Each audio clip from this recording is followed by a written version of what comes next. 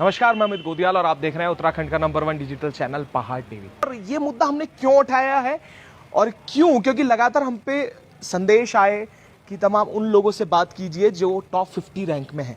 तो हमारे साथ वही लोग हैं जो टॉप 50 में कहीं ना कहीं हैं और उनके मन में कुछ सवाल हैं और वो सवालों के जवाब, क्योंकि लगातार हमने देखा कि जिस तरीके से लोग विरोध कर रहे हैं, युवा विरोध कर रहा है कि धांधली हुई है।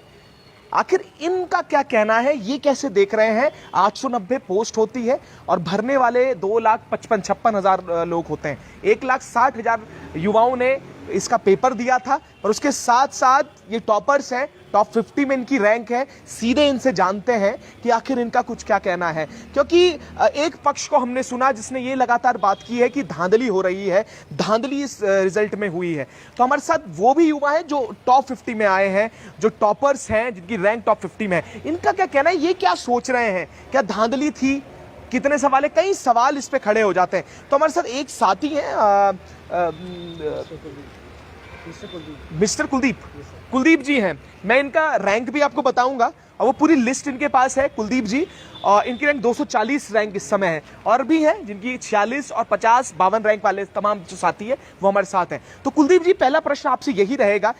एक सोशल मीडिया में पूरा ट्रेंड कर रहा है कि भर्ती में घोटाला हुआ है, रिजल्ट आने के बाद तमाम तरीके के आरोप लग रहे हैं। पहले वो आरोपों पर भी मैं जाऊंगा। क्या लगता है, कितनी सच्चाई? सर, जैसा कि आपको पता होगा सर, 7 अप्रैल को इसका रिजल्ट आया था वीडियो वीपीडीओ का। सर, जैसे ही रिजल्ट आया तो एक जो सेक्शन था जिनका रिजल्ट नहीं है वहाँ, सर जैसा कि आपको पता होगा कि सर बहुत सारे बच्चे, जैसे इसमें 1,56,000 बच्चों ने अपीयर किया था और 2,50,000 बच्चों ने इसके लिए अप्लाई किया था।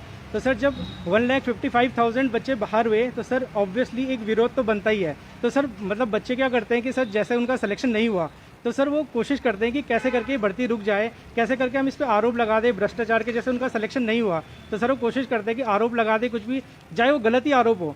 सर जैसे हमने फर्स्ट डे देखा कि ऐसा बोला गया कि एक परिवार के इससे उसका नाम उठा दिया था जिनका सिलेक्शन नहीं हुआ था। आयोग क्या करता है कि सर जितने भी 45+ मार्क्स जिन बच्चों के आते हैं उनके कॉमन मेरिट लिस्ट पब्लिश करता है। तो सर उन्होंने क्या किया कि उन बच्चों के नाम वहाँ, उनके फादर ने वहाँ से और स्टूडेंट का जो नेम है वो सेलेक्ट किया और उनको अंडरलाइन कर दिया, ये दिखाने के लिए कि देखो एक ही परिवार के 5 बच्चे सेलेक्ट हुए हैं। और सर जितने भी मीडिया हाउसेस थे देने जाते हैं सर, वहाँ पे जैमर का यूज़ नहीं होता है सर। लेकिन यूकेएसएससी अकेली ऐसी बॉडी है जो अब जो सेंटर्स है वहाँ पे इतनी अच्छी सघन चेकिंग करती है, जैमर्स लगाती है सर, उसके बाद इतना निष्पक्ष तरीके से पेपर कराती है। सर जब पेपर हुआ तो किसी ने भी ऑब्जेक्शन नहीं किया कि इसमें कोई धांधली है, कुछ है, सब अपना निश्चिंत थे। सबको पता था कि बहुत अच्छा ये जो है पेपर कराया गया। आयोग को, सबने आयोग को बधाई भी दी। लेकिन सर जैसे ही इसका रिजल्ट आया तो सर जिन पक्ष का, जैसे 1,55,000 जैसे मैं बता रहा हूँ, इतने बड़े जो मेजोरिटी का अगर सिलेक्शन नहीं होता है वो भी इतनी अच्छी पोस्ट के लिए जो एक अधिकारी रैंक है, सर ऑब्वियसली वो चाहेंगे कि ये पेपर कैंसिल हो। तो सर वो भांति के ऐसे तथ्य ढूंढने की कोशिश करते हैं जिससे ये पेपर कैंसिल हो जाए। सर कभी बोलेंगे कि एक्स सर्विसमैन का सिलेक्शन क्यों हुआ?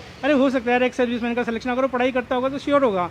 तो सर हमारे कितने ऐसे ये बोल रहे थे कि टॉप 50 दिखा दीजिए अब हमें। सर हमारे पास यहाँ पे आप देख सकते हैं, हमारे फ्रेंड्स हैं, 2 फ्रेंड्स हमारे यहाँ पे जिनका टॉप 50 में रैंक है। हमारे सर कितने टॉप 50 में रैंक है? अराउंड 10 बच्चे मैं आपको बता सकता हूँ जो टॉप 50 में है सर। टॉपर टॉप 10 में भी है सर। हाँ, देखिए कुलदीप जी, एक प्रश्न कर रहे हैं, एक साथी हैं, वो ये कह रहे हैं, आपसे प्रश्न कर लेता हूँ कि ओमआर शीट जारी कर दी है पर एक्चुअल मार्क्स नहीं दिखाए हैं, इसको लेकर क्या है? क्योंकि ये इनका जो कहना है, देखिए हम प्रश्न भी लेते रहेंगे साथ में क्योंकि साथी और भी जुड़े हुए हैं और वीडियो को लेकर तो युवाओं में आक्रोश दिख रहा है। उनका कहना है कि ओमआर शीट निकाल दी गई है, वो शो कर दिया पर एक्चुअल मार्क्स नहीं दिखा रहे हैं। ये क्या, इस पर क्या कहेंगे? तो सर जो इसमें एक्चुअली क्या होता है, ओमआर के साथ आप 3 कॉपीज रहती हैं। एक कॉपी आपकी अलग से सेफ जोन में रहती है। तो आप अगर आपको थोड़ा सा भी ऐसा डाउट है कि ये एक्चुअल बच्चों का मार्क्स नहीं हुआ है तो आप वो कॉपी मंगवा के 890 बच्चों को आप वेरीफाई कर सकते हैं। इसमें ऐसा कुछ नहीं है कि आप उनसे वो मंगवा के आप दोबारा से वो कर सकते हैं। और जहाँ तक ये बोल दूँ सर, ये सारा फेक चल रहा है सर। व्हाट्सएप के जरिए एक फॉरवर्ड हो रहा है, दूसरा फॉरवर्ड हो रहा है। ये सारे आरोप बेबुनियाद है। मैं आपके सामने हूँ, मेरी 52 रैंक है और ऐसा कुछ नहीं है। जी सर, 52 रैंक है। देखिए ये भी देखिए 52 रैंक है। नाम क्या है आपका? नाम बता। मोहित मिश्रा। एक बार लिस्ट भी आपको दिखा देते हैं। देखिए क्योंकि तमाम लोग हैं, एक कमेंट आता है, द्योपा करके नाम है, उनका कहना यह है कि उनके सामने एक लड़की भर्ती हुई है जो पैसे देके हुई है, या उनका कहना है घोटाले से हुई है, उन्होंने पेपर में नहीं किया, जो उनका कहना है। ठीक है, कई लोगों के आ रहे हैं कि आप आयोग के खास हैं या ये तमाम सवालात हैं, पर सवाल ये है कि हम दोनों पक्षों को सुनेंगे। एक पक्ष वो भी है जो 890 बच्चे सिलेक्ट हुए हैं और एक पक्ष वो है जिसमें तमाम लोग जो आरोप लगा रहे हैं। और ये आपने बात बिल्कुल सही बोली कि 1,55,000 लोग हैं, उनमें क्वेश्चनिंग कर सकते हैं, पर आखिर 890 बच्चे और जो उनके तमाम जो टॉपर्स हैं, 52 आपकी रैंक है, नाम क्या है आपका? मिश्रा। वो लिस्ट भी आप जरूर दिखाइएगा, वो लिस्ट जो है आपको दिखा देते हैं, वो लिस्ट क्या है। कुलदीप जी, आप कुछ कह रहे थे, क्या कह रहे थे? सर मैं यही कह रहा था कि जो बच्चे बोल रहे हैं कि रॉ मार्क्स क्यों नहीं दिखा रहे, सर जैसे ही आपका रिजल्ट पब्लिश होता है उसके 4 से 5 दिन के बाद आयोग अपनी OMR जो हर बच्चे की OMR अपनी वेबसाइट पे पब्लिश कर देता है। तो सर ये भी आयोग जल्दी करने वाला है। कल ही UKSSC के जो चेयरमैन है उन्होंने बोला कि हाँ सर अभी बताया गया कि सर वो कर दी गई है लिस्ट अपलोड, वो कर दी गई है लिस्ट अपलोड। बिल्कुल सर, तो इसमें मुझे नहीं लगता कि आयोग मतलब बहुत ट्रांसपेरेंसी से काम कर रहा है। सर मैं यही नहीं बोल रहा कि मेरा सिलेक्शन हुआ इसलिए मैं बोल रहा हूँ सर, मुझे पता है कि हम इसकी तैयारी इसीलिए कर रहे हैं क्योंकि हमें पता है कि UKSSC बहुत फेयर तरीके से काम करती है और वो चीज़ हमने देखी है। हमारे जितने भी फ्रेंड्स जो हमारे साथ पढ़ाई करते थे या जो भी तैयारी करते थे या जो भी हमारे जानने वाले हैं सर, मैक्सिमम लोगों का सिलेक्शन हुआ है और हमने उनकी मेहनत देखी है। सर अगर फेक तरीके से होता तो हम कब की तैयारी छोड़ चुके होते, हम नहीं करते तैयारी। तो सर इसलिए हमने UKSSC की तैयारी की क्योंकि हमें पता है कि जो भी वहाँ का जो बॉडी स्ट्रक्चर है, जो भी फ्रेमिंग है क्वेश्चंस की, हर तरीके से जो एग्जाम करने का तरीका वो सबसे बेस्ट है। अच्छा, ये एक सवाल कर रहे हैं कि जो सही थे उन्हें क्यों डिलीट किया गया, ये भी प्रश्न उठ रहे हैं कि जो सही क्वेश्चंस थे जिसके आंसर उसे क्यों डिलीट किया गया, ये भी अपने आप में प्रश्न है। कई लोगों के मन में ये भी चल रहा है कि इस तरीके का क्यों, और हर बार ये दिखाए जाते थे, इस बार क्यों नहीं। ये दो बड़े प्रश्न खड़े हो रहे हैं, इस पर क्या कहेंगे? सर जैसे अगर हम कोई भी क्वेश्चन आता है पेपर में तो सर उसके अगर आप देखेंगे तो आजकल आपको मार्केट में बहुत सारी बुक्स मिल जाएंगी, बहुत सारे अलग अलग ऑथर्स की रहती है। लेकिन सर UKSSC पहले भी बोलता है कि हम अगर जैसे कोई ITI का एग्जाम है तो सर वहाँ NCVT का जैसे पैटर्न होता है, उसके आप NCVT का जो सिलेबस है उसके अकॉर्डिंग जो चीज़ें जो मान्य बुक्स होती है उन्हीं का वैलिडेशन माना जाता है। सर जैसे जनरल एग्जाम्स होते हैं तो उनका जैसे NCERT होती है सर, जो गवर्नमेंट से वैलिड अप्रूव्ड बुक्स होती है, तो सर उन्हीं का जो प्रूफ होता है वही एक्सेप्टेबल होता है। सर जैसे आयोग ने कोई भी क्वेश्चन बनाया उसके खिलाफ जैसे बच्चों ने ऑब्जेक्शन किया, जैसे कोई आंसर दिया, पहले तो जो नॉर्मल कमेटी है वो अपने जो क्वेश्चन पेपर सेट करते हैं वो अपने आंसर्स देते हैं। लेकिन सर जब आपके क्वेश्चन जब आंसर की आती है उसके बाद जब आपके बच्चे चैलेंज करते हैं किसी क्वेश्चन को, जैसे किसी का आंसर कोई गलत है, किसी बुक में कोई दूसरा आंसर पढ़ा, किसी ने कोई दूसरा पढ़ा, तो सर आयोग इसी चीज़ को मॉनिटर करता है जब हम प्रत्यावेदन देते हैं। तो सर प्रत्यावेदन के बाद क्या है कि फिर आयोग चेक करता है कि वैलिड बुक कौन सी है। जैसे NCERT में अगर इसका आंसर जो लिखा होगा सर आयोग उसको वैलिड मानता है, तो उसी के अकॉर्डिंग आंसर। हाँ, एक बार रिजल्ट आप दिखा दीजिए, वो रिजल्ट भी आपको दिखा देंगे। और हाँ, कई तमाम लोगों का कहना ये है कि सेटिंग से आप लोग हुए हैं। अब वो मैं बता दूं, पर इनसे मेरी बात हो रही थी तो ये तमाम वो लोग हैं, अन्य पेपर भी दिए हैं आप लोगों ने, किस किस में आपका सिलेक्शन अभी हो रखा है वो भी बताएं। मिश्रा जी, किस किस में हुआ आपका सिलेक्शन? सर सबसे पहले मेरा हाई कोर्ट का था सर, हाई कोर्ट क्लैरिकल का। उसमें मेरा फाइनल जो वो था उसमें मेरा 1.5-2 नंबर से रह गया था। ठीक है। उसके बाद अभी परसों सचिवालय रक्षक का हुआ, उसमें मेरी 57 रैंक है। लोअर PCS का भी अभी हम मेंस के लिए उसका अप्लाई करके आ रखे हैं, और जहाँ तक अपर PCS की बात रही तो उस पर भी हमारे अच्छे खासे नंबर है। तो इसमें ऐसा कुछ नहीं है जैसे आप अब तक, और ये तो हमारे बड़े भाई लोग हैं, बॉबी पवार हो गया, बॉबी पवार तो हमारा छोटा भाई है, लेकिन PC पंत, इनके साथ भी हमने बहुत सारे धरनों में सहयोग किया है। और हमें ये नहीं पता था कि आज ये आप हमारे ही खिलाफ ये इतना प्रखर हो जाएंगे। हमने इनके बहुत सारे उसमें जहाँ पे भी हमें लगा कि चलो आयोग से कुछ बोलना है, कोई ऑब्जेक्शन है, कुछ हमारी रिलेटेड बातें हैं, हमने इनके साथ सहयोग करा। लेकिन ये आज ही हमारे सेलेक्ट होने पर ये सेलेक्ट नहीं हुए तो ये आज हम पे आरोप लगा रहे हैं, तो ये तो बहुत ही गलत बात है।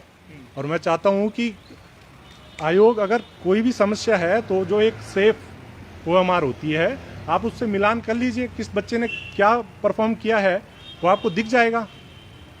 जी सर। ठीक है, तीसरे व्यक्ति भी हैं, वो रिजल्ट भी आप जरूर दिखाइएगा। और इनका कहना यह है 800 में से 500 बच्चों का सही चयन हुआ है और 300 लोगों की सेटिंग हुई है। ये कहना है जो कमेंट आ रहे हैं उसके आधार पे मैं कह रहा हूं। एक बार रिजल्ट आप जरूर देखिएगा, इसे जूम करके दिखाइएगा कि जिस तरीके से ये पहले नाम भी दिखा दीजिए और रैंक भी दिखा दीजिएगा। सर ये मेरा नाम है हिमांशु। हिमांशु नाम है, नाम मिश्रा है। और रैंक भी देख सकते हैं आप, रैंक है मेरी 41 रैंक है। ठीक है, तो टॉप 50 में ये शामिल है। मेरे मित्र हैं। हाँ, और मेरे मित्र हैं। इनके मित्र भी दिखा देते हैं, जो मिश्रा जी बात कर रहे थे वो भी दिखा देते हैं। मोहित मिश्रा, एक सन ऑफ ऋषि राम मिश्रा, तो इनकी जनरल रैंक है 52। ठीक है, तो आप आपसे पूछ रहे थे कि ये देखिए 41 रैंक आपकी है, क्या लगता है? क्योंकि अब देखिए सवाल आप लोगों पे भी उठ रहे हैं और कई लोगों के अलग अलग कमेंट आ रहे हैं, उनका कहना अलग है, उनका कहना है धांधली हुई है, आप लोग सेटिंग से हुए हैं। आपका क्या कहना है, किस तरीके से देख रहे हैं? 15 लाख रुपए की भी मांग जो बात कह रहे हैं उसकी भी बात की गई, कई सवाल उठ रहे हैं, क्या कहेंगे इस पर? सर वो कहना 99% है और हम सिलेक्टेड पर्सन 1% है, तो ऑब्वियसली वो हमसे ज़्यादा है, तो इसलिए क्या उनको क्या वो चाहिए, र्यूमर चाहिए ताकि वो पेपर कैंसिल करा सकें। तो यही मुद्दा है सर।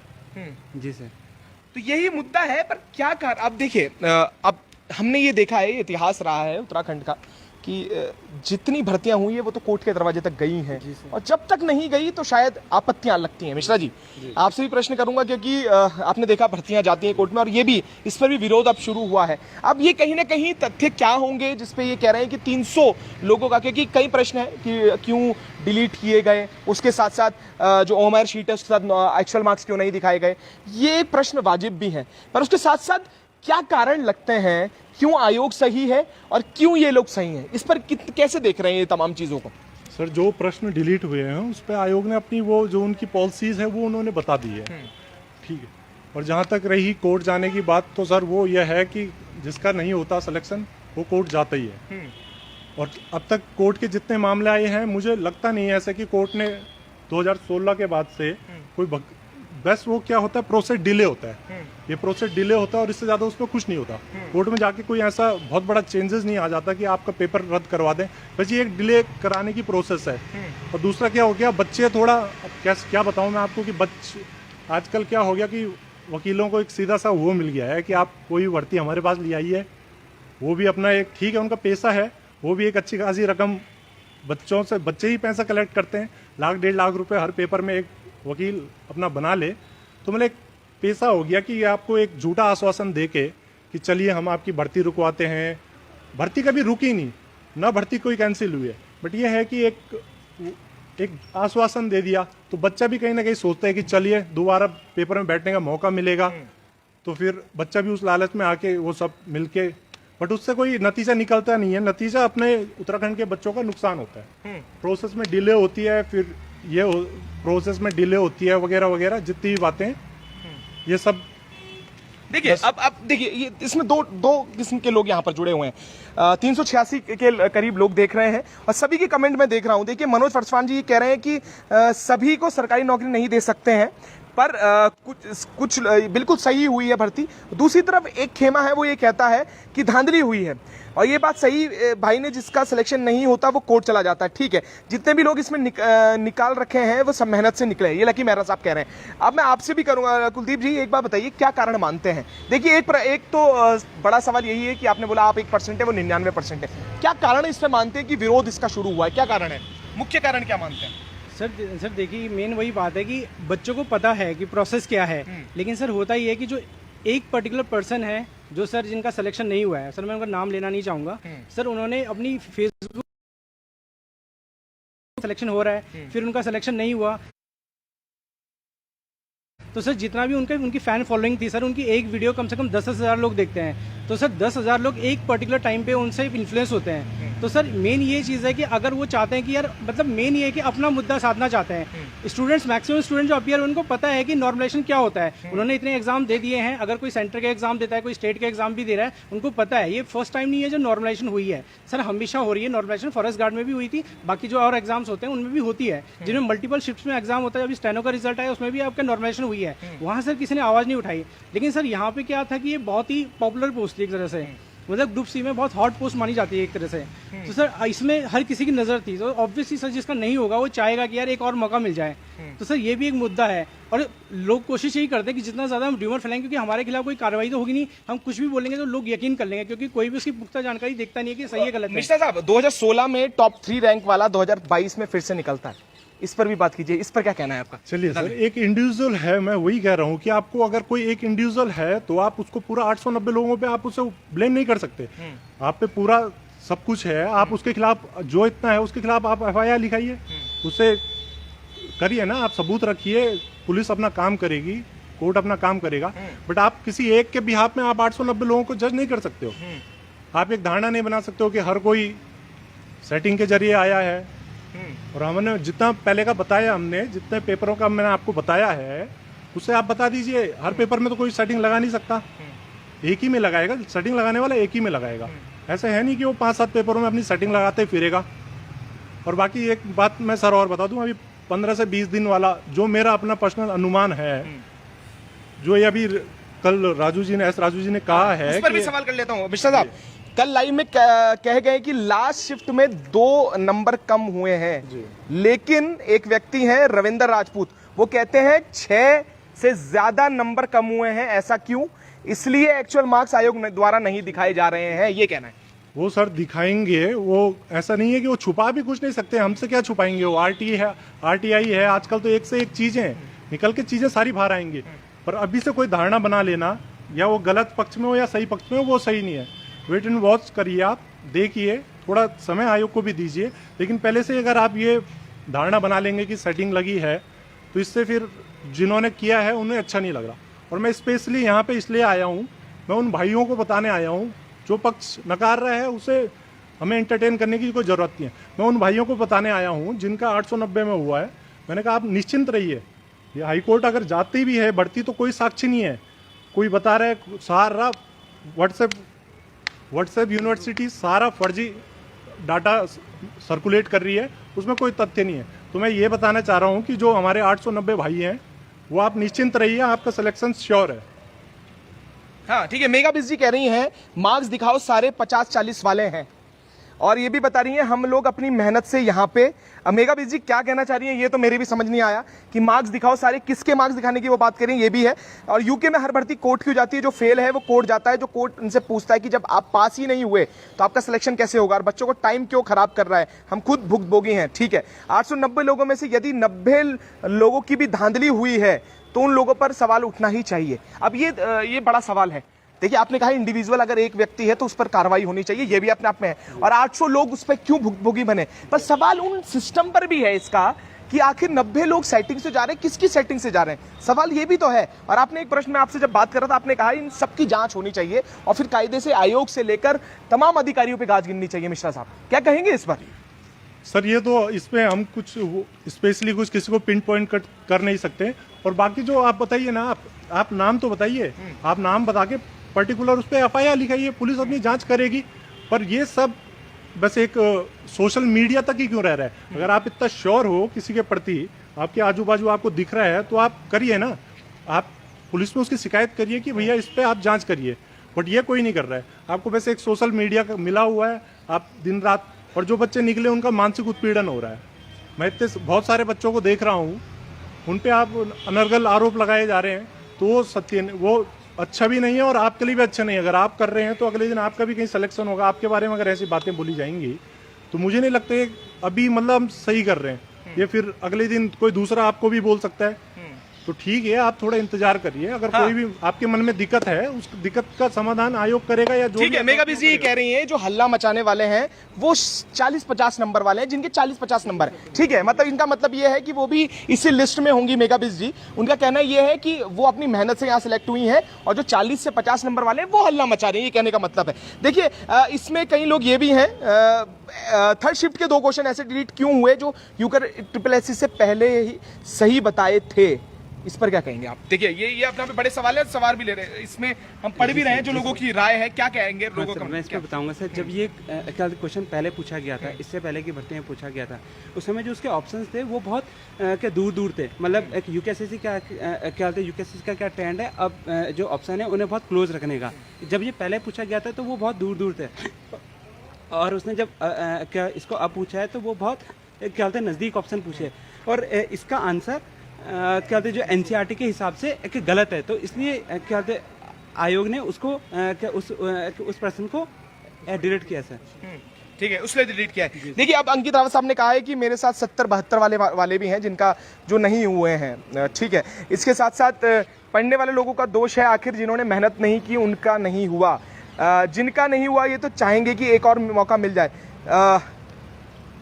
ठीक है, तो अब देखिए, अब अलग अलग किस्म के लोग हैं, और कल एक बड़ी आंदोलन, अगर मैं बात करूं, कल 13 तारीख 12 तारीख 13 तारीख को शायद वो गांधी पार्क में एक सभी जो नहीं हुए हैं और जो धांधली के ऊपर एक विरोध प्रदर्शन कर रहे हैं। देखिए हमारा पक्ष है, हमारा एक कर्तव्य है कि दोनों पक्षों को सुना जाए। हमने इनकी आवाज भी सुनी और कल डिबेट में आप तमाम लोगों ने देखा होगा कि पहाड़ टीवी में डिबेट दिखाई गई उन सब के लिए जिसने ये सवाल उठाए थे कि धांधली हुई है।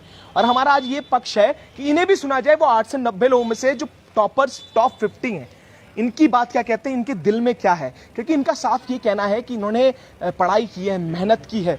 और इस पर कुलदीप जी आपके सबके पास आऊंगा मैं दोबारा। देखिए लगातार वो आ रहे हैं कमेंट, जिसके कम नंबर है उनके बारे में क्या कहना है। नॉर्मलाइजेशन का फॉर्मूला होता है हाँ, एक नॉर्मलाइजेशन का भी मैं आपसे प्रश्न करना चाहता हूं क्योंकि कई लोगों को पता नहीं है, तो उसके बारे में भी थोड़ा सा बता दें। क्योंकि सेंट्रल के जो पेपर होते हैं, जो सेंटर से वो होते हैं, तो उनमें कहीं ना कहीं नॉर्मलाइजेशन एक आम प्रक्रिया होती है। इस पर भी थोड़ा बताएं सर। जैसे नॉर्मलाइजेशन एक ऐसी प्रोसेस होती है जिसमें कोई भी एग्जाम जैसे मल्टीपल शिफ्ट्स में होता है, तो आयोग क्या करता है कि पेपर का लेवल एक जैसे सेट हो। सर ये हो नहीं पाता वैसे पेपर का लेवल एक जैसा, क्योंकि कभी क्या होता है कि जो स्टूडेंट अपियर हो रहे हैं उनको अब ये हो सकता है किसी शिफ्ट के लिए बहुत इजी क्वेश्चन हो लेकिन किसी के लिए नहीं हो, तो एक जैसा पेपर कभी सेटअप हो ही नहीं सकता। क्योंकि जितना मुझे आता होगा उतना शायद किसी मेरे फ्रेंड को नहीं आता होगा, या जितना उसको आता होगा जितना मुझे नहीं आता होगा। तो होता क्या है सर कि प्रॉपर एक बैलेंसिंग नहीं हो पाती पेपर की। तो आयोग में या किसी भी जैसे आपकी सेंट्रल गवर्नमेंट जितने भी ऑर्गेनाइजेशन है, चाहे एसएससी है, रेलवे है, या चाहे सर यूपीएससी में सर इसको स्केलिंग बोलते हैं। जो बच्चे बोल रहे थे कि आईएएस पीसीएस में नहीं होती नॉर्मलाइजेशन, तो सर उसमें स्केलिंग बोला जाता है इसको।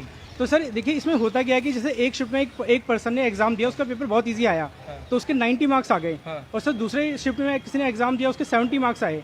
तो सर होता क्या है कि अब जो 90 मार्क्स ले आया उसके लिए तो बहुत फायदा हो गया, क्योंकि उस शिफ्ट में पर्टिकुलर शिफ्ट में वो पेपर ईजी आया, सब बच्चों के आपके 85 to 90 मार्क्स आ गए। तो सर ऐसे में उन बच्चों को लॉस होता है जिनके 70 मार्क्स आए, जिनका पेपर शिफ्ट टफ आया।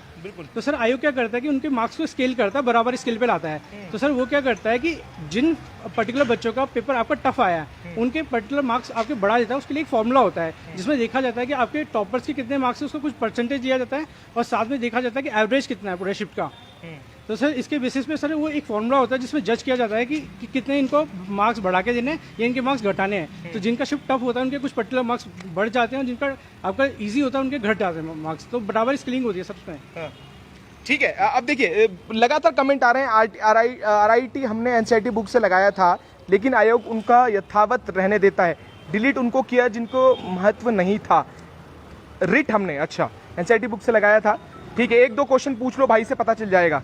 अच्छा ये क्वेश्चन कौन से हैं वो पता नहीं कौन सी बात कर रहे हैं। जांच और नॉर्मलाइजेशन की बात ना करके ज्यादातर लड़के दोबारा मौका मिले इसलिए सिर्फ री एग्जाम चिल्ला रहे हैं, ये कहना है। मेगा बिजली कह रही है हम भी कहीं अच्छे नंबर वालों को जानते हैं, कोई फेक नहीं है, हम सारे सालों की पढ़ाई। अच्छा ठीक है भाई, इसके अंदर काबिलियत है, वही सिलेक्ट हुए हैं, सब झूठ बोल रहे हैं, धांधली हुई है, इसमें झूठ बोल रहे हैं सब, ठीक है। और एक सवाल और भी है, ये शायद रिटर्न होता है, ये मतलब ऑफलाइन होता है, ऑफलाइन मोड पे सारे एग्जाम्स हैं।